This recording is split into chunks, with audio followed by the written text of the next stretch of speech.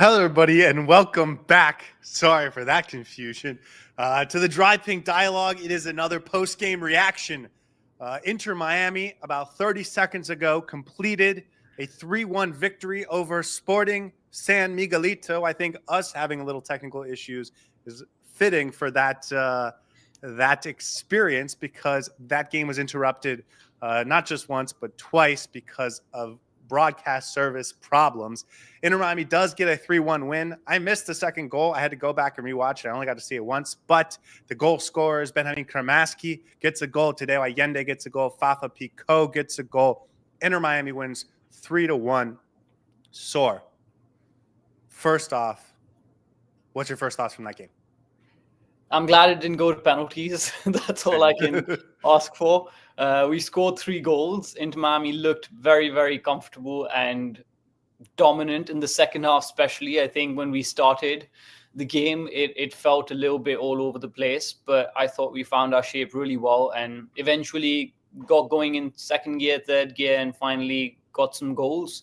Should have probably had more. I feel like we could have scored 4 or 5. They could have also scored 1 or 2 towards the end, but the feed was a little bit frustrating because I didn't get to see. Every time I was trying to get some analysis in, the feed would drop. So it was a little bit frustrating, but overall, I think it was a good game, dominant game, and quite a few players showed up and played well. So happy with that performance for sure. Yeah, let's put 2 things just out there first. To start, this is probably the least talented team Inter Miami's going to face in 2025. Preseason or regular season. I do think Olympia is going to be better that we face next weekend. And then obviously once we get into MLS play, perhaps Cavalier, a team we could face in the second round of the CONCACAF Champions Cup, would be around this level. But I think we have to be clear. This is really low-level competition compared to what Inter Miami's used to. And beyond that, they weren't playing at home. They were playing in the national stadium. So they didn't have this sort of huge home field advantage that you might expect from Inter Miami traveling to another country.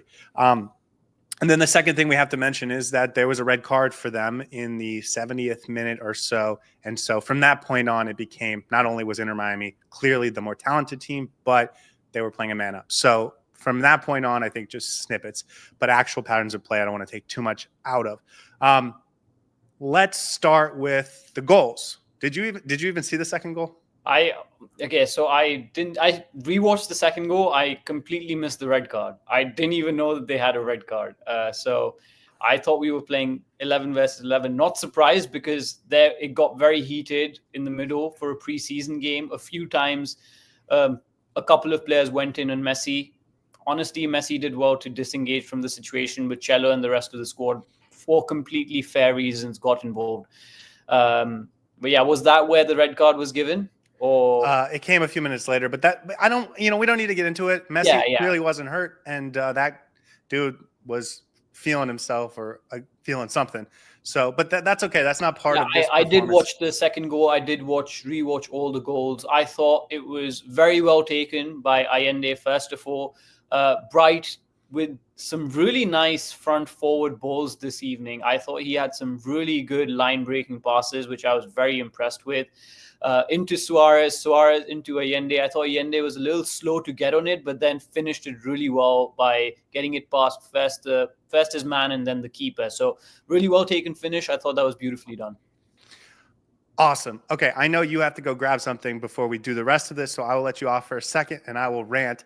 I thought Messi looked good. Like last preseason, before we went on that Asia tour, it felt like Messi was really slow out of the gate. Suarez was certainly slow out of the gate. I think they have looked much better out of the gate. I thought we saw the best dribble and run from Messi of this preseason today. That was very nice to see. I very much enjoyed that.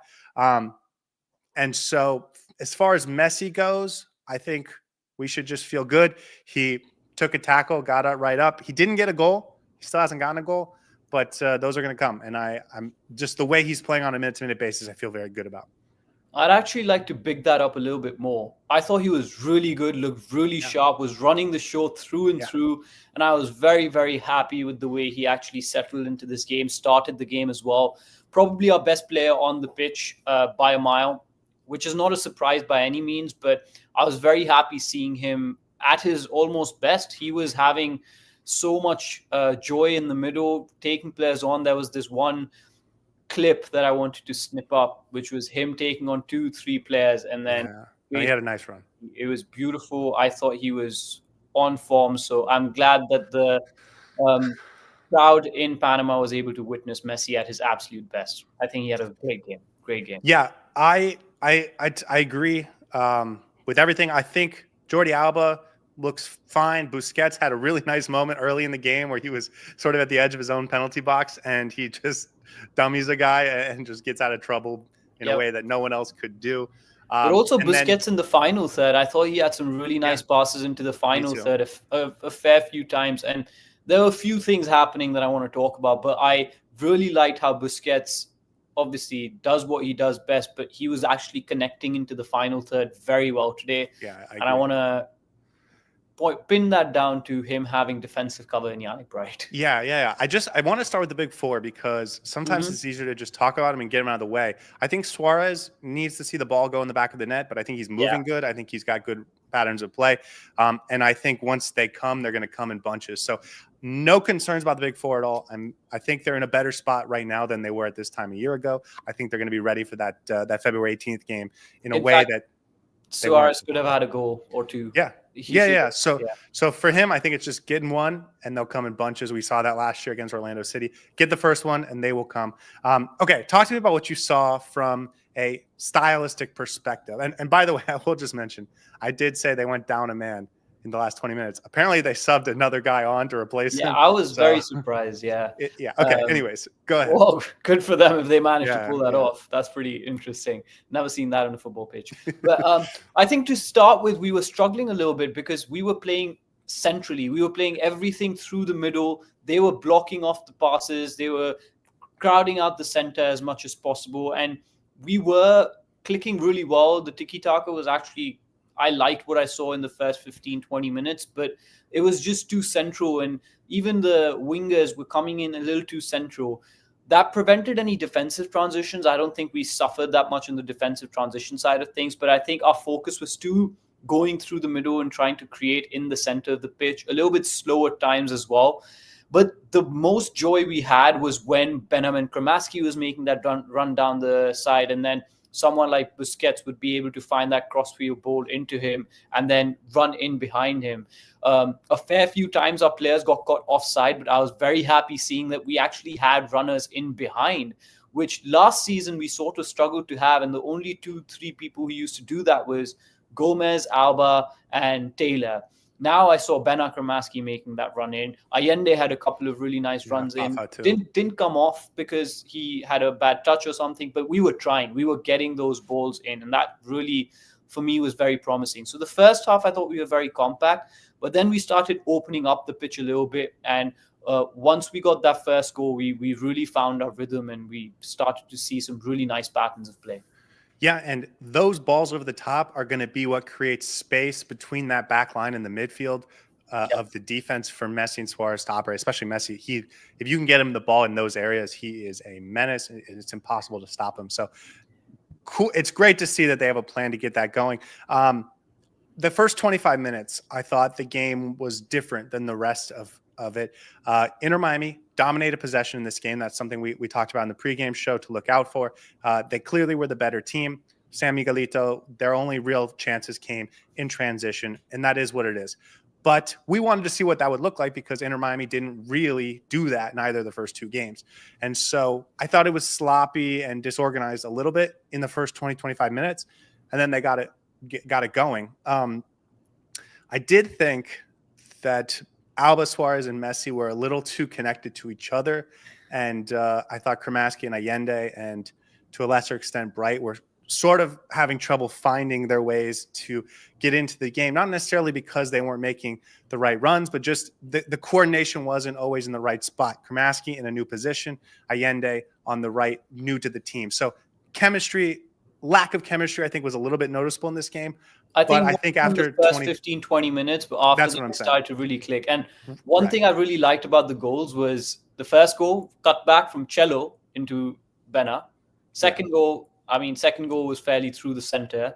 Third goal was, I think, David Ruiz cut back into Fafa Pico. So we saw similar goals that we are used to seeing on the left-hand side, on the right-hand side of the pitch. So I really like that we utilized our right a lot more.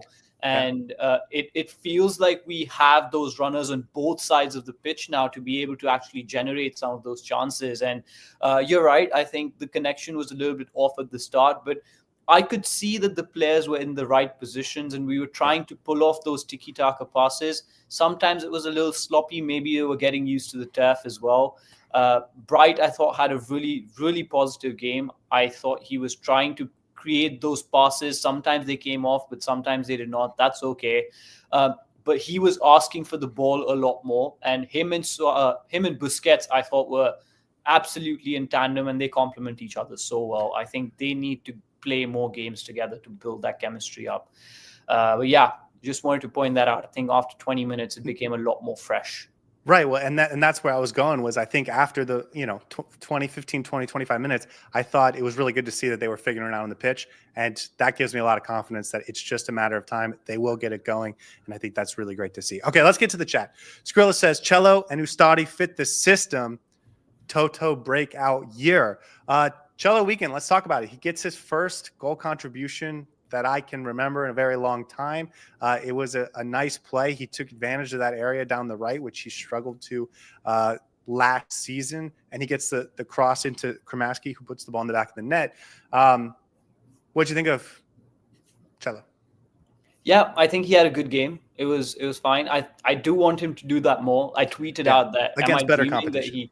I was like, I don't think he actively tried to get involved in the final third. I think he fell upon that opportunity and just found himself in a good space and took advantage of it, which is all credit to him, and put the ball on a platter for a really good ball for Benjamin Kramaski as well. So good movement in that moment itself, but I want to see him do that more often, because the more he repeats those patterns, the more dangerous he can be. Yeah, well, certainly in this game, he was getting forward more. He played very conservatively in the last two games. And again, part of this being in possession a lot, part of playing an inferior opponent is trying to dominate the way you play. And so I think one of the things we were looking out for is how does that manifest in Javier Mascherano's system? Clearly, that right back getting forward is a part of that. So I agree, Cello, good game. Let's see it against better competition. I started this episode by saying, worst team we're going to play this year in all likelihood. Ustari had, I think, his two best saves at Inter Miami in the first half. I like that a lot. I mean, he's doing nothing wrong. Except that one moment, I think, where he missed the ball and it fell into the opposition attacker's path and then had to be blocked by Aviles, who had a really good block. I don't know if you saw that moment. Was that at the very end? Okay, yes, you're right. Yeah. You're absolutely right. Julian Gressel misplayed a ball at right back. I do want to get to that too. But I think he looks very comfortable for the majority of the game. I thought he had a good game. If he's starting games for us, I'm comfortable with that.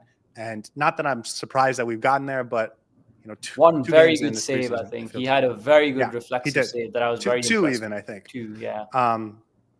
That was, I think, the two best saves of the preseason so far from any keeper.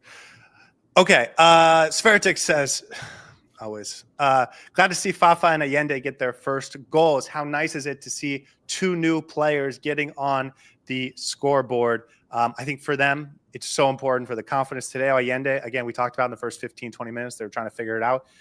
He's going to be a part of this team. He's going to be an important, integral part when the important games happen. And so for him to get that confidence going and really be able to hit in game one from a confidence perspective, I think was huge. And then Fafa, he's going to get those types of goals all year. Oh, yeah. And so I'd love to see that happen early and often. That's exactly a Fafa Pico type of goal. Very interesting that he saw that Suarez wasn't there. So he made that run to the near post. He has that instinct. He has that veteran ideology of how to play when your striker is in a different position, occupies the right spaces. And if he can find those spaces when Suarez vacates, I think it's going to be deadly. Really good ball from David Ruiz as well to find that front post ball, and great finish. He had a really good game. I thought Fafa Pico looked very sharp, was getting involved, running at the players, running in behind. So very happy with him. Allende, I think, is the bigger talking point here, because this will do his confidence a world of good. It was a well-taken goal as well. Not an easy finish by any means. He could have easily fuffed his lines. But I thought he did it really well, took the ball well, and it's good to see him get into it. I think I was a little surprised because I thought he'd be faster than he actually is. I think he's a little bit on the slower side perhaps, but he's got a good physical build to be able to compete with his defenders. So I'll be interested to see if he gets utilized as a striker at any point in time, but happy to see how he got his goal. I actually, physically, I think he's got a little more. Well, we'll see as the games go on. I think in that first game, I saw a little bit more of him from a pace perspective. Maybe not instant quickness, but over distance. Francisco says San Miguelito's total market value is worth about $2 million. That is true, and there are plenty of players in Inter Miami worth more. So again, this is against inferior competition. We have to make sure that's clear. Okay, here's the thing I wanted to talk about. We talked about during the preseason, every single time we brought in a new player, there was a new incoming. We've talked about this in a lot of our season previews. Javier Mascherano wants versatility in his players. And I think that was as evident as we've seen it so far today. Kremaski playing on that left wing, I thought he was fine, serviceable, interesting. We saw Tadeo Allende move from left to right. That was interesting. We saw Fafa Picault play on the right. That was interesting. We saw Julian Gressel play as a right back. That was interesting. We saw David Martinez play in that wing role. That was interesting. And he gets an assist out of it. And Kremaski gets the goal. So David Ruiz, Martinez was not in the squad. I'm sorry, David Ruiz. I apologize. I was like, did I miss somebody? No, we saw Ian Frey play as a right back and as a center back. So and as a center back, versatility, name of the game, and I think we saw a lot of it tonight. We've seen a lot of it in the preseason. I think the players that we're bringing in demonstrate that they can do a lot of that. And so for me, I think that's really interesting. I'm very excited to see how Mascherano uses that this season. I am thinking it's going to be difficult for us to predict the lineups on a weekly basis, but if it results in wins, that's fine. Yeah, I think there's a lot of promise with the squad. It will take time, though. I think there's definitely some more chemistry building that needs to happen. You could see in the first 20 minutes that the players were trying things, but it wasn't coming off entirely. And then, as you mentioned, the Fantastic Four were playing between themselves a little bit at times as well. My only worry with having so much versatility across the board is that sometimes it can lead to a bit of chaos when players don't know where their position is. I'm not sure if Gressel should be playing that right back position. But overall, I think versatility in your attackers especially is so valuable, because what I really like from how we've recruited this time is that players are fluid all across the front line. As you mentioned, Fafa left, right, Allende left, right, Benha playing on the right-hand side. I thought he looked really good on that side as well. So the fact that they can move around during the game itself as well is such a headache for the opposition. And for them to be able to connect together with one another by just moving around fluidly on the pitch will be fantastic once it actually gets going. Right now, we're seeing just the first parts of it. So, and we still have a few coming in. And once it actually all settles in, I think it'll look really exciting, especially in that front line. No, I totally agree. INX says Allende's goal was a really nice play. I'll be honest, I had to rewind on my phone to watch it while the game was happening. So I really only watched it one time. It looked like a nice play, but I didn't really examine it that closely. Thomas says we really need a backup number 9. I think there's a really good chance. I said this in the pregame show. I think there's a really good chance Baltasar Rodriguez joins Inter Miami over the next 2 or 3 days, at least in terms of that becoming well known. He won't be practicing and stuff with a work permit, but I think there's a really good chance that happens. And then I think number 9 is the only spot really left to take care of. Did you think we're missing a number 9? I mean, Suarez did go 90 today, right? Yeah, but it's not just about the physicality of it, right? You need a little bit different dimension sometimes. I think we didn't see any crosses go into the box at all. It was all on the ground. I think we need that slightly different option up front when Suarez maybe not be having the best game, or we need to add like a Campana-esque striker to just put balls into the box to try and get the header in. I think we definitely need a striker, a backup striker, because relying just on Suarez might be a little bit unfair to him, but also a lot of responsibility on his shoulders. So I hope we do sign somebody. Yeah, and I think that's going to be the thing. But I think we can go into the season. I think this has been my message. Yeah, we can go into the season. Yeah, it's not like immediate. We don't need one by February. Need one by tomorrow, but yeah, we definitely would like one for sure. Jay says it started slow, entertaining, and chippy after the halftime break, but for a preseason game, it was entertaining. Completely agree. Yeah, 100%. I think the second half really kicked off well. A couple more studies was good. Thomas says Alba was on fire. What'd you think of our left back? I mean, I think he had a good game. I don't think he was particularly amazing or fantastic. I thought he was just as good as he always is. I didn't notice him too much, I'll be honest. I think I was too focused on other sides of our pitch. Sometimes it's easy in the preseason to lose track of the big names because you kind of know what to Yeah, expect from them because very you're true. looking for the little details. Yeah. What does Tadeo Allende bring? What does Fafa Pico bring? What does, Ian Frey and some of the newer guys bring, especially the guys playing out of position. Let's go to right back. We talked about Cello Wiegand, but Cello Wiegand comes back and Ian Frey goes in at right back. I love to see that because I think he's the most talented right back on our roster, and I think he will be a starter there if Javier Mascherano sees him as a right back. The fact that he goes in at right back, even for 5 minutes, I think is a good sign that is in Javier Mascherano's mind. I think we will see it. I think I'm excited about when we do get to see it. And then we saw Julian Gressel come in and play right back. Your thoughts on those two? Us all of a sudden have a little bit of depth there. And what about potentially Julian Gressel being a part of his team as a right back option? Yeah, I was very surprised to see Julian Gressel back there. I was like, okay, maybe he's forgotten where he's supposed to be. But I told you, he played there last season in the preseason as well, and a couple of games with Tata Martino. So, surprising that he came in.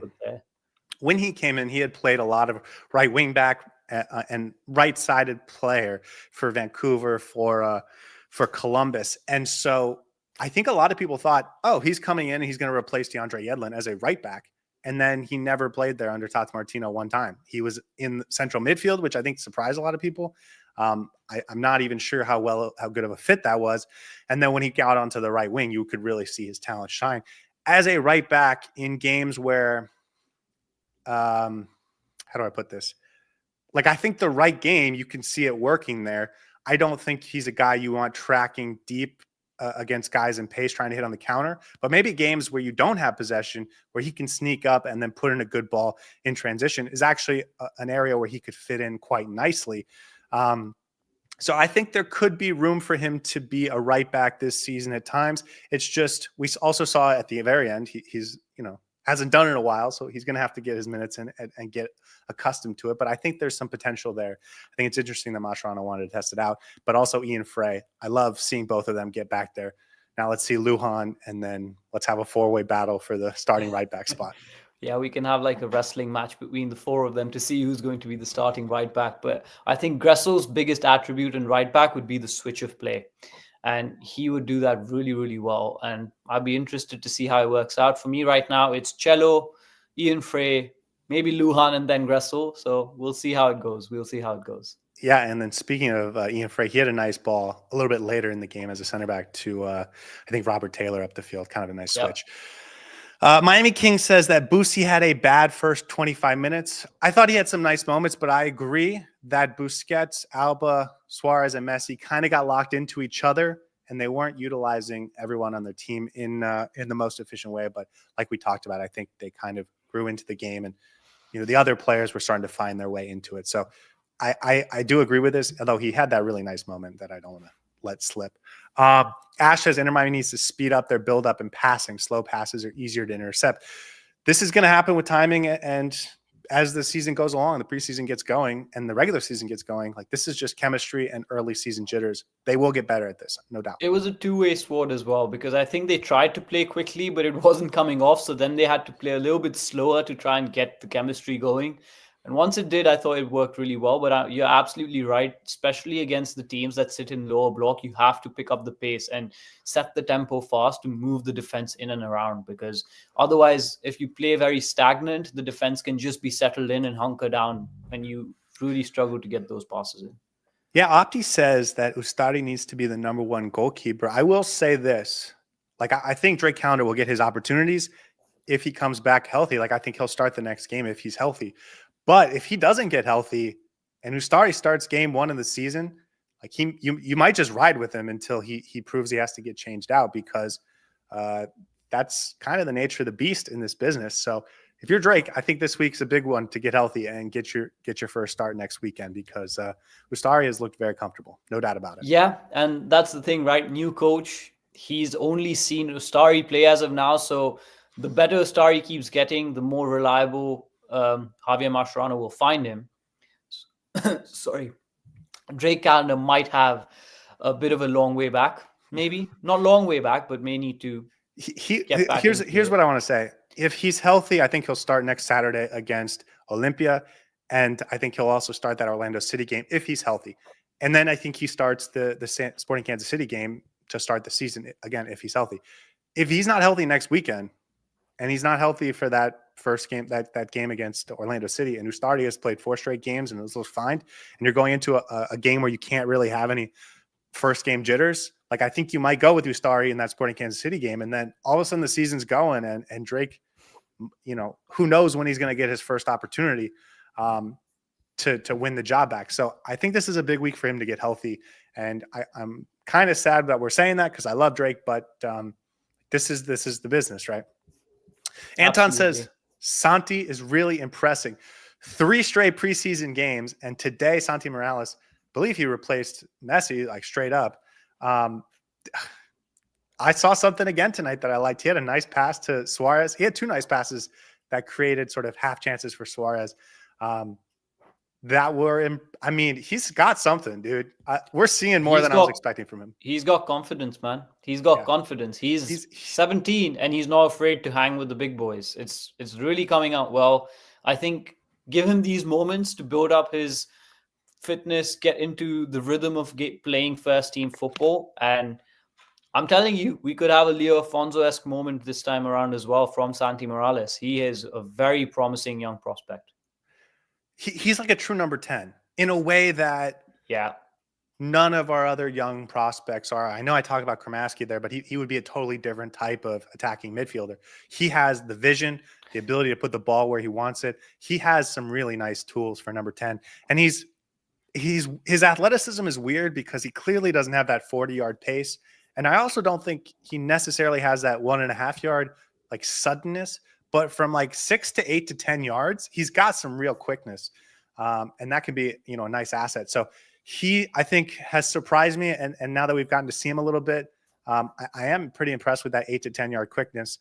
And then he's got really good vision and the ability to put the ball where he wants. And he's good with the ball. He's very good with the ball. Yeah. So I've liked what I've seen from Santi Morales. Any other performances that stood out to you? Yannick Bright, I thought, obviously, this is very much biased by what we saw last season, but based on what we've seen so far this preseason, acknowledging my bias from last year, I think Yannick Bright has performed better than Federico Redondo so far. Yeah, I think that isn't even debatable. I think a lot of people recognize that. But if you just analyze Bright's performances in a vacuum by itself, I think he's showing a little bit of improvement in his passing ability, and his spatial awareness was always there, but it stands out when you see him. At no point in time did I look at him and be like, okay, he's in a wrong position, he needs to be somewhere else. He was always in the right spot, finding the right passes as well. He knows exactly when to make that line breaking pass and when to pass it to Busquets. And it's really promising because it's not just him. He makes the midfield better. And that for me is his biggest asset. And I am liking what I'm seeing from him in terms of getting on the ball and trying to make those passes between the lines, because he didn't do that much last season. There was this one moment that he had where he had that powerful run that he's so capable of, and then had a really nice line breaking pass to Tadeo Allende, who scuffed his shot and slipped as he shot it into the side netting. But that was all created by Yannick Bright. And I think he's going to start doing that more and more, because this is the next step that he needs to take, basically. You guys know how much we love Yannick Bright. Let's not talk about it, yeah. Rock says Suarez will struggle this season in big games. He's the only one who doesn't get in behind. Well, that's one of the reasons they went out and got a bunch of guys that can get in behind. Listen, the areas that Suarez and Messi operate best in is in that central area. So what you want to do is create as much space for them in those areas to work and be goal dangerous. And so everything you can do with your wide players and your 10s and your, the midfield the guy running out of the midfield, whether it's Diego Gomez or Redondo or whoever, like everything you can do to unsettle and create space centrally for those two to operate is going to make them better. So you don't need Suarez to be the guy that makes the runs over the top. You need other guys to do it. And now that we have more than just Jordi Alba or Diego Gomez, we have, as you mentioned, a number of guys that can do that. I think that's only going to help Suarez become a better player. Miami King says Morales was still good, better than Leo Alfonso. They're different. They're very different players. I think Alfonso has goals in him. I'm not sure that, well, we'll see what Santi Morales has, but he feels more like a creator, while Alfonso feels like a guy who could get 10 goals if he played a lot. Cream, very, very good game. Miami's missing one explosive striker who gets in behind, then links up. I don't know if you saw this, but the one striker we were linked to got sold to a club in Italy for like $12 million. So I don't think Inter Miami was really in that one. What other thoughts do you have about this game? I think it was overall a positive game, much expected to be this way because we were playing a lesser opposition. I think it started off a little bit confusing for everyone because they scored the first goal and it was a good first goal from them as well. And they had a few opportunities, which just goes to show that you always have to be switched on and you always need to make sure that you respect the opposition. But once we got into the rhythm of the game and once we started dominating the possession, our passes started to come off. I think we looked really, really sharp, well-constructed patterns of play and could have had a few goals, more than 3.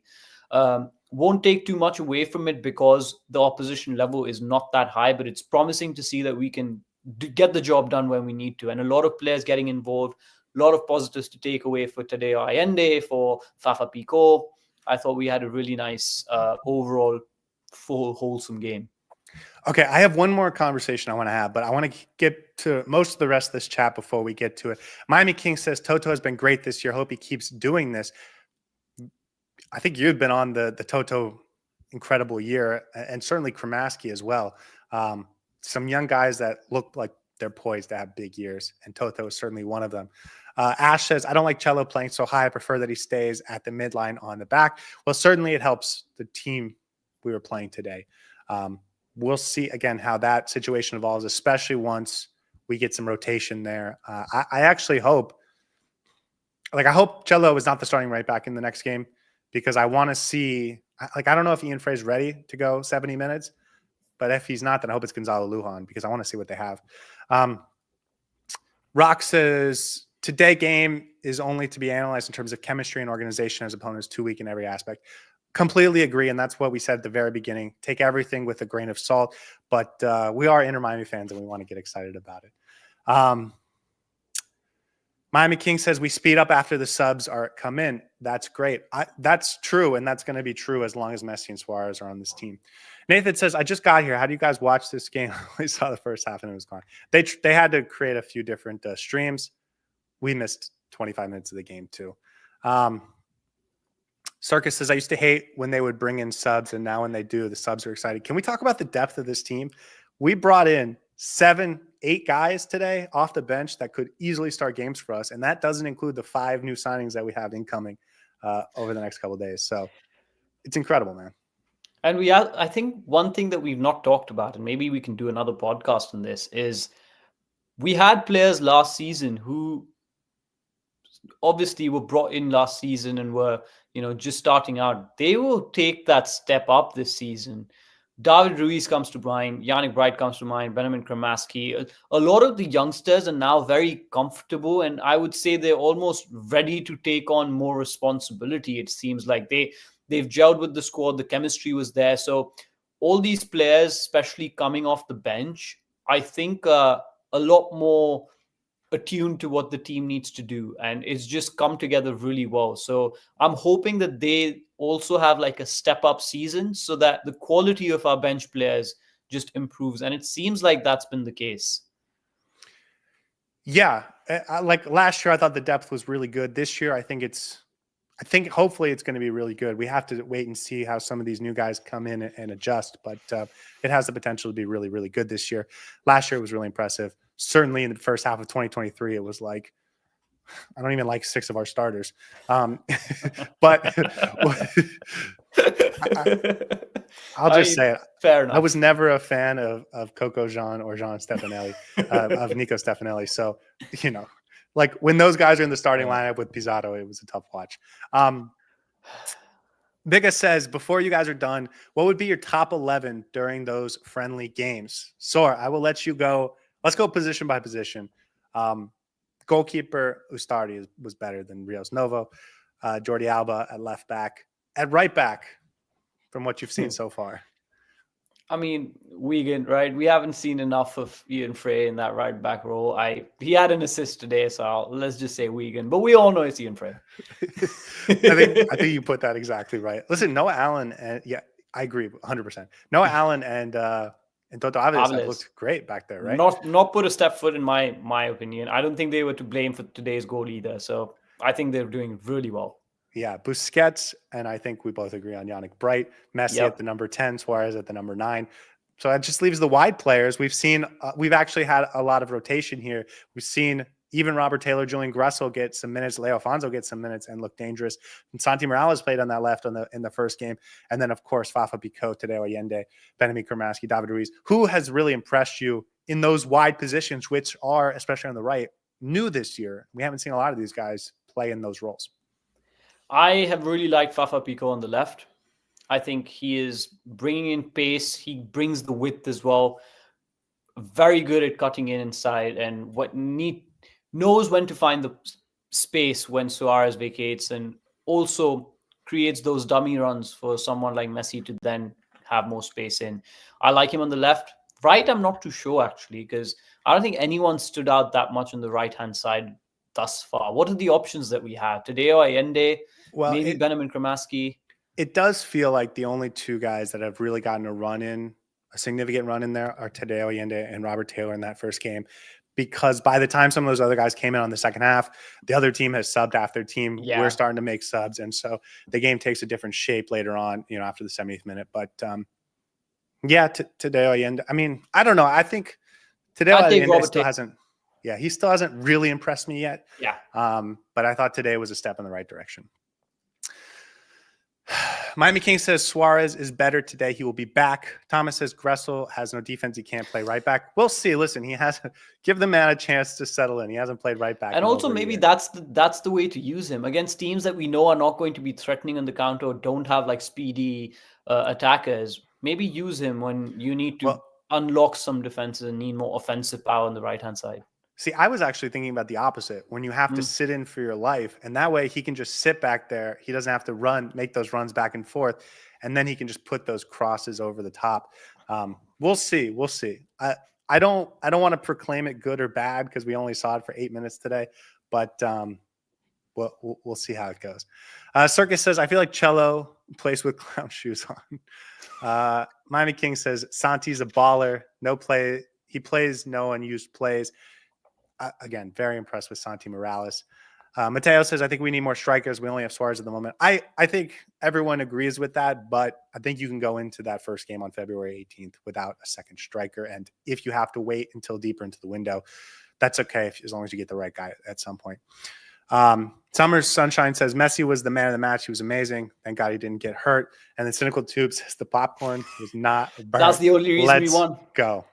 The only reason we won. Not burning your popcorn is a great way to stay fit for this team. Circus says, why haven't we seen Leo Alfonso? Is he hurt? Should we talk about Leo Alfonso? I'm not really sure what's going on. Just quickly, he's so low on the depth chart. He is a super draft pick, and unlike Yannick Bright, who earned a starting job last year, Leo Alfonso never really earned the starting job. He had really nice moments. I think he was starting to earn some minutes off the bench, but he never earned a starting role. And so for a new coach to come in, I think he's going to have to start from scratch and sort of claw and scratch his way to more minutes. I think he has the potential. I like what I've seen from him, but I just think that's what it is, right? You're not going to get those final 8 minutes to Leo Alfonso over a guy like Robert Taylor or Julian Gressel or whatever. Yeah, I'm surprised that Santi Morales is getting those runouts and Leo Alfonso's not, but that maybe because he's showing something in training that Leo Alfonso's not. I do think there's still an opportunity here for him, but it's going to take some time. There's plenty of games to play. I'm sure we're going to be able to figure it out and find him those minutes. Well, yeah. And listen, he's if he goes to the B team and scores 24 goals, he'll be fine, right? That's what he did last year. He went to the B team and he scored a brace every game until he got signed to the first team contract. So and they'll have he'll a be US fine. Open Cup to show us for as well. So we're gonna win the U.S. Open Cup because our B team is just Kremaski and David Ruiz and Noah Allen, and Alfonso and Yannick Bright and might as well, Rocco right? Rios Novo. Yeah. Kareem says when Morales performing like this, cancel the Baltasar signing. Listen, let's take them both and see. No, right? never say that. I've fallen into that trap before. Like, don't sign this player because this player is performing well, and then as soon as we don't sign one player, the player who's performing well stops performing well, so it just goes down the gutter. Don't do that. Sign Baltasar Rodriguez as well. Let them fight it out in the wrestling ring to see who gets the minutes. Yeah, and listen, if they can get that over the finish line, this is clearly a player that Mascherano has worked with and likes, and things could be in addition to this team. So, I just read a comment coming up here in a second. You're gonna like. Who's faster, Fafa or Ruiz? Definitely Fafa. Kareem says you guys should make a Discord server. I could help you run it so we can discuss Inter Miami together. And then Matthew says, Saur, you're a handsome boy, and I just got to say, handsome doesn't do you justice, my friend. Well, Matthew is a friend, so I know exactly why he's saying this. And Matthew, I'm sure Inter Miami would do great if you're playing in midfield because you're an awesome midfielder. Maybe you should try and sign for them. Alex says Kremaski or Ruiz. Ruiz has been impressive. I mean, both of them are poised to take a big step up. And I think if they got serious minutes, we would be like, we're fine. And I alluded to this a little bit. I think Ruiz has come into this preseason looking a little bit fitter, a little bit more athletic. I think he's put on some muscle as well. I like what I've seen from him. And the same with Kremaski. I think he looks sharper. He looks ready. He looks more like his 2023 self, which excites me a lot. And we just have this version of these players now that seems a little bit more mature and can contribute to the team a lot more. So I'm excited to see what they'll bring in. And we saw that last year. They took a step up from 2023. And I think what we've seen so far is another step up, which is just like it's the maturation of a young players that came from our academy. You throw in Noah Allen to that too, and it's like exactly how a soccer club is supposed to be run. Rock says, "Do we really need Baltasar?" And Kareem says, "We have too many midfielders. It's unnecessary to bring in Baltasar." Here's what I will say: as far as I can tell, I think he's more of a wide forward and number 10.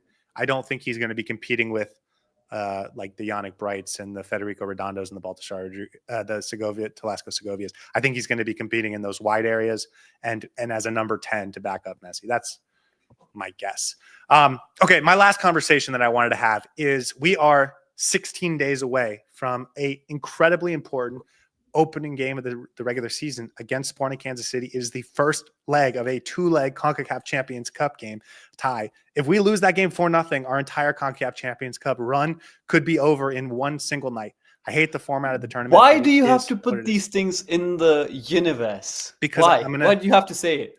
Because it's important to what I'm about to say. I think that the deeper we get into preseason, the more dangerous it becomes to throw Maxi Falcone into that game. The more dangerous it becomes to throw Drake Callender into that game. Baltasar Rodriguez, Telasco Segovia. I'm going to mix up some of these names. There's so many that I haven't really. Gonzalo Lujan. Yeah, it's becoming dangerous to play those guys in that game. Where I think if they're not ready for next weekend's game against Olympia on Saturday, which is in 6 days, you're talking about this lineup, what we have right now, kind of being who you go with against Sporting Kansas City. That means you've got Jordi Alba and Messi and Suarez and Busquets, and so you're fine. But you're talking about Redondo versus Bright. You're talking about Cello is the right back. You're talking about Noah Allen and Aviles, and then pick your choice from the wide players. We're getting closer to a point where that has to be your 11 for that game because we haven't given the rest of these guys enough time to get together from a chemistry and comfortability perspective to throw in a must-win game. I'll say this to put it into perspective. What we have right now is what we had at the end of last season. The squad is very similar to what we had at the end of last season, right? In terms of the personnel, the players available. And I am actually more happy with going into the CONCACAF Champions Cup with this lineup than I was going against Monterrey in that CONCACAF Champions Cup game. Yeah. I think we were a lot more unsettled back then, and it was a lot more chaos back then compared to what it is now. I am actually happy going into this season with this lineup because I think it's more than capable of beating Kansas City. Yes, we shouldn't be overconfident about it, but I think the quality is right there. And I'm hoping the worst case scenario would be that we'd have to put people like Telasco Segovia and Baltazar Rodriguez on the bench, and then we can bring them off the bench when we need to try and create some opportunities. So right. I'm okay with the fact that they're not being brought in right now, but it is definitely frustrating as fans. That's exactly my point regarding, what we saw last year, where one of the reasons we crashed out early and one of the reasons we didn't play particularly well is because we hadn't figured out who our reliable 11 were.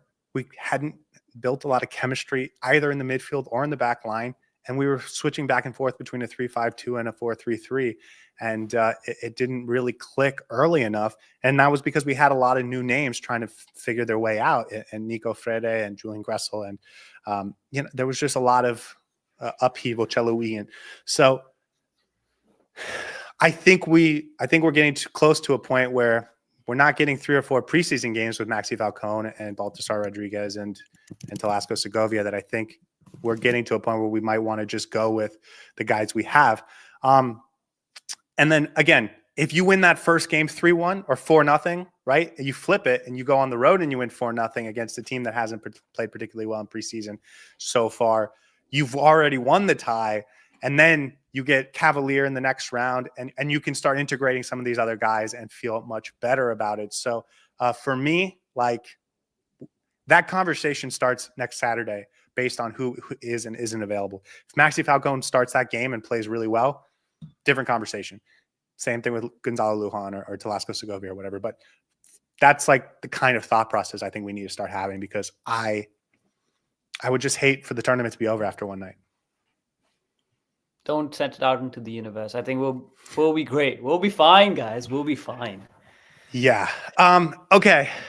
Any last thoughts? A couple more. We didn't miss Redondo for a second, says Cynical Tube. Should we talk about Redondo? No, not tonight. Okay. It's going to be a long conversation. I think we can keep that for the midweek episode. Okay. Guys, here's the plan. And by the way, I want to mention this to everyone who's only listening on audio. Last year, we didn't do these instant reactions. So we did them, but we didn't post them on Spotify or Apple Podcasts or wherever you're listening to this.